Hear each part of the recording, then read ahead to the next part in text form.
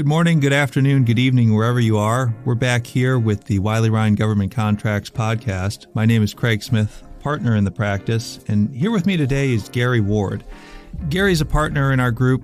He's been here, I think, at this point, a decade now, and really is one of our rising stars. So much so that Law 360 said officially in 2022, he's one of the government contracts rising stars. Gary's focus over the years, while broad, I've known him to work on cost matters. He's one of our cost cowboys. And protests, I think you're up over 100 that you've litigated to resolution at this point. Yeah, that's about a remarkable total. And even to the point where you've spent some time developing software to try to study trends at GAO and how protests ebb and flow. Yep, that's right. So we're going to get into a little bit of that today, as here we are in January 2023, looking at the year ahead. And Gary's here today to talk about, well, what do you see ahead? And let's start with those protests, Gary. I mean, that is one of your specialties. So talk to us, protest work, there's always a lot of it. The government's always buying stuff is what I tell people whenever there's a change of administration.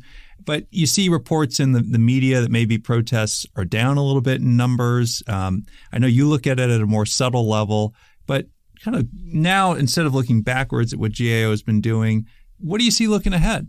Yeah, this year is going to be an interesting one for the protest stat nerds, because it's really the first year that how you count protests might make a difference in how you view the system. 6 years ago, before RAND did the study that the government had commissioned to kind of look at the protest process, we wrote an article discussing some of the different ways you can count protests. GAO, in its annual report, they count the B numbers. That's what they assign to the initial protest filing when you file it. And then when you file a supplemental protest, they'll assign another B number. So it counts both initial protests and supplemental protests. You can use the same data that GAO publishes on its docket, though, and just count either the initial protests, so you exclude the supplemental protests, or you can count just the protests of a single procurement using the solicitation number or another part of the docket identifier. To be honest, since then, it's been really more of an academic issue. It's affected the final number that you see. So if we look at one number, we'll see a lower number than GAO reports. But that number is hard to use for anything, because how do you evaluate? Are there too many protests? If you're on one side, yes, there are too many protests. If you're on the other side, no, it's about right, or there could be more. The year-over-year trend, that's probably a little bit more informative, but that's been the same regardless of which metric you use. This year, we're on track for that to change a little bit because of one particular procurement out there, the CIO SP4 procurement, which is a large GWAC government-wide acquisition contract awarded by NIH. So far this fiscal year, 132 different companies have protested that single procurement. Depending on how you count GAO's numbers, that's about 10% of its annual caseload. So at the end of the year, GAO's report, if it's counting all of those as separate protests, might show an increase this year. But on the other hand, we got to look at the number of procurements that are protected or that are protested. And so how you count, these 132 protests, are they one procurement protested, or are they 132 different protests? It really affects the way that you see the system. And we're about a quarter of the way in to the fiscal year. Looking at the data, we are, if you look at the procurements protested, we're almost identical to last year, which shows we're starting to stabilize at that new lower level that GAO has been trending towards in the last 5 or 6 years. But then if we look at the number of B number filings or the initial protests, like what we're going to see in GAO's annual report, you're going to see a spike that might actually take us 3 years or so back in that downward trend. And again, this is just right now. The agency took corrective action in response to those protests, which means there could be another wave of 132 more protests or somewhere around that, depending on how the procurement shakes out. So this spike could be even bigger. It's a remarkable number of protests. And, I think about not just the spike in numbers, but then down the line, there can be kind of impacts on the calculations people do of the efficacy of protests. If you get 132 corrective actions for a single procurement, that's quite different from 132 corrective actions in 132 procurements. But I'm curious, thinking about both just counts and then outcomes, have we seen anything like this? So if we're talking about number of protests to one procurement, we haven't seen anything like this. And as far back as we track this, which goes back to FY16, we have seen multiple protests of these large GWAC contracts, but totally different universe in numbers. So the largest one that we've seen so far was in FY16. The Air Force awarded the Small Business Enterprise Application Solutions, and 22 companies protested that procurement that year. More recently in FY19, actually the predecessor to CIO SP4 was CIO SP3, and 15 companies protested that one. Really, to see a blip like this in the stats, we have to go back to FY16, I believe, when Latvian Connections had filed somewhere around 150 protests all on its own, which eventually led to GAO suspending them from filing protests. Well, I think unlike that, we'll have to see if the way that SP4 plays out has any influence on not just the numbers, but then what kind of policy-making decisions do agencies or even Congress try to make based on that. And I think you've just raised a really important point about let's try to pull out what might be a little different about this year versus last year. Speaking of things that remain constant, we're always talking about cybersecurity. You can't have any conversation about being a federal contractor without it. I guess at this point it was, 3.5 years ago that you spoke about the cybersecurity maturity model. And it was out in San Diego?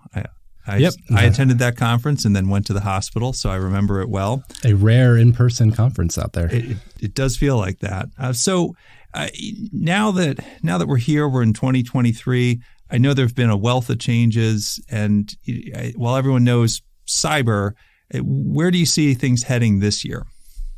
Like you said, cybersecurity is going to be another key focus for contractors this year. But the one thing I'm hopeful, the focus will finally shift away from the phrase CMMC, the DoD Cybersecurity Maturity Model Certification. Yes, don't get me wrong here. CMMC is important, and yes, we're probably going to see a Federal Register notice rolling out the details this year.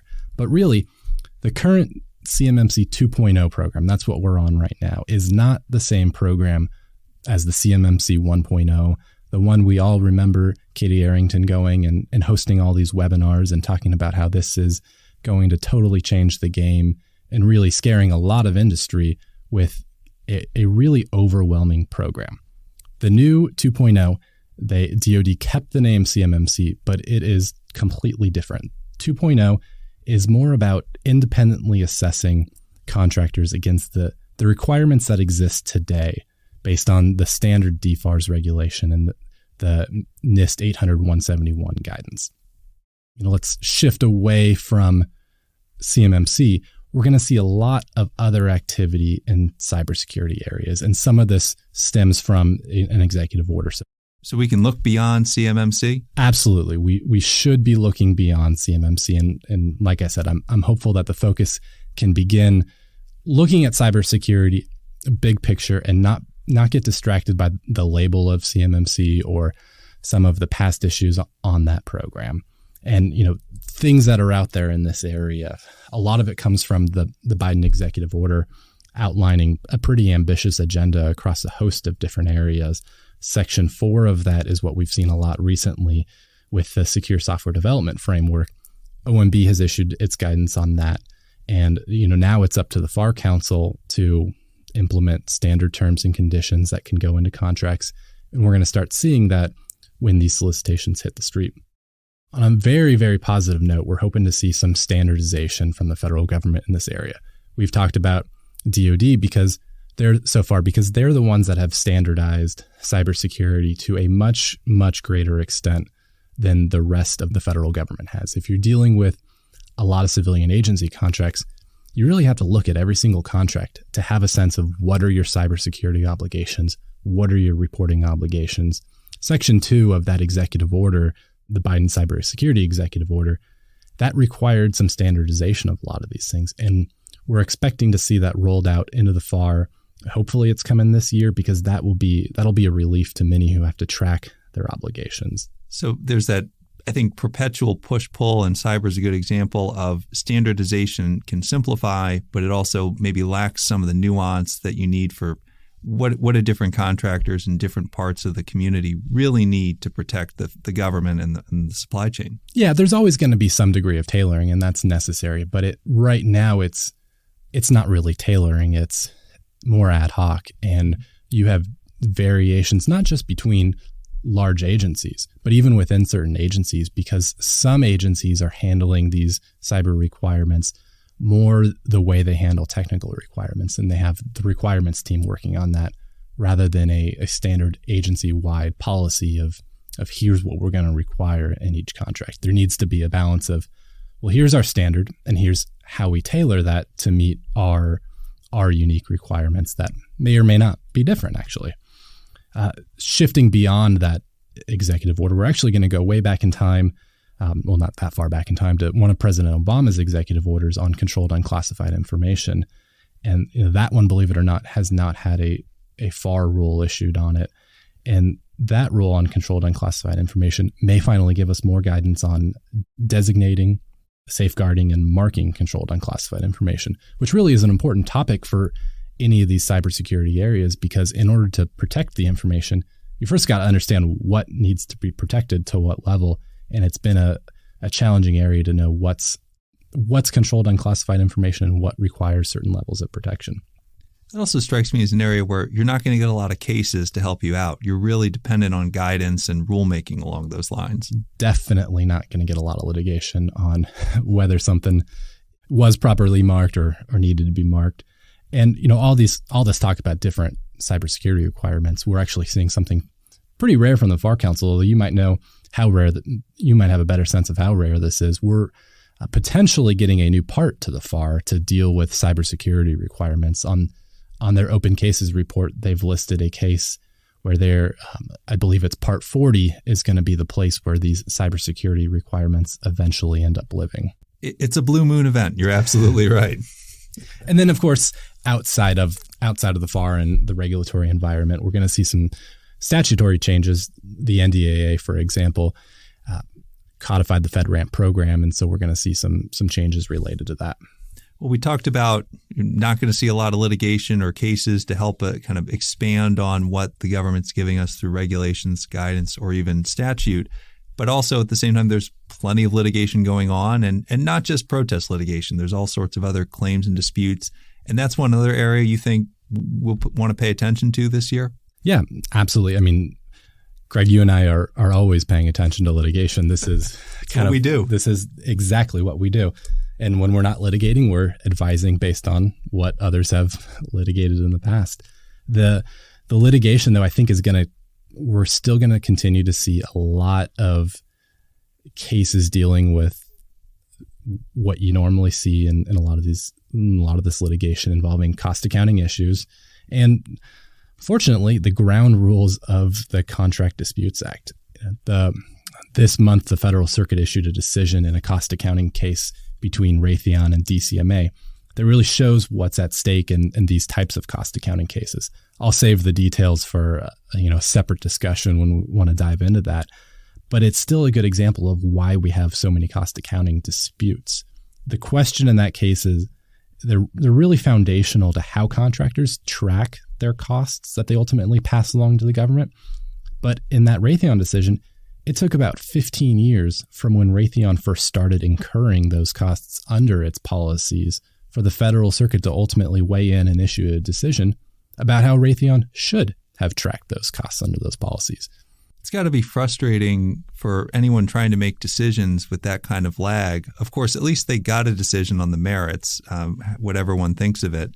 But there's another scenario where you could go all the way through to even the Federal Circuit and find out you almost have to go back to the beginning. And that's something you and I have, at least I've had some gray hairs develop over it. You still haven't for some reason. Well, yeah, you're hitting the other main topic is the contract disputes ground rules. We've had the CDA since 1978. So what's that, almost 45 years? Yet there are still open questions about foundational jurisdictional issues like what is a claim and what is a final decision on a claim. You and I have talked about this one before. I love Judge Clark's line referring to, quote, secret final decisions. That's the URS Federal Services case from 2020 at the Armed Services Board. Exactly. And it really kind of reminds us of how we feel about some of these areas. This is truly a common law approach to, you need a list of a dozen different final decisions by the government before and decisions on it. And then you got to analogize whatever contract action you just got to that list of final decisions to figure out whether that's an appealable final claim and you're on the clock, you have 90 days to get to the board, or whether it's not and you have to submit your own claim. There's, 45 years later, there's still a lot of uncertainty about when contractors are on the clock. And that decision is a great line from Judge Clark in kind of recognizing the difficulty of it. But it is the ASBCA and it's not the Federal Circuit, so we don't necessarily know. We'd hope they'd share the same view, and there's good reasons for that. But like you said, there's a lot of uncertainty, and this is an area that you want to make sure that the forum has jurisdiction over your dispute. And that's one it's the Lockheed case, I think, that we're expecting a Federal Circuit decision this year on whether a definitization of a UCA ended up being a government claim. Yeah, the Lockheed case is one of those cases out there pending. Listening to the oral argument, though, the judges spent a lot of time questioning whether whether the dispute about whether this is a claim was mooted by Lockheed eventually filing its own claim. So they may use that, we'll see, as a way of not wading into this mess at this point. But, we expect they're going to have other opportunities, and this is still going to continue to be a very litigious area. The board's annual report, like GAO, the Armed Services Board issues its own annual report. The last 4 years or so, they've been identifying the number of each type of motion that's pending. In the last 2 years, there have been over 100 motions to dismiss for lack of jurisdiction pending. And that's, that's a little over 10% of the board's docket. And that's actually an increase from the prior 2 years, the only other years that it's reported that, more than double. So we're actually going backwards with some of the uncertainty about whether you have jurisdiction under the CDA. We hope everyone enjoyed this look ahead to 2023. Gary, thank you for joining us. We'll bring you back at this time next year to review how you did and look ahead to 2024. Great, thanks.